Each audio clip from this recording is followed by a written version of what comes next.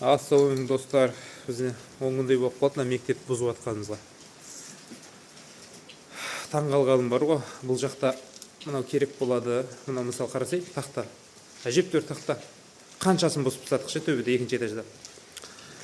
Қанша орындықтар кетті, қанша телевизорлер кетті, смарт ТВ телевизорлер, компьютерлер кетті.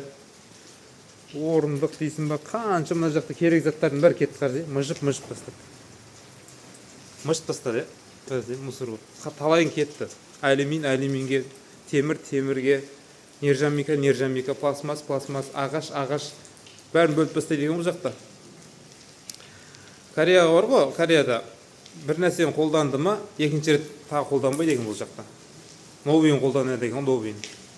Біздегідей жарап тұрса бүйтіп қолдана бермейді деген. Тағы бұлар үйіне әкетпейді ғой, мынау керек болады, анау керек болады деп. Осы жерде қалады екен да. Ал бізде ондай емес қой, мынау керек болады, анау керек болады деп жинай береміз ғой. Бұлар ескін жинамайды екен.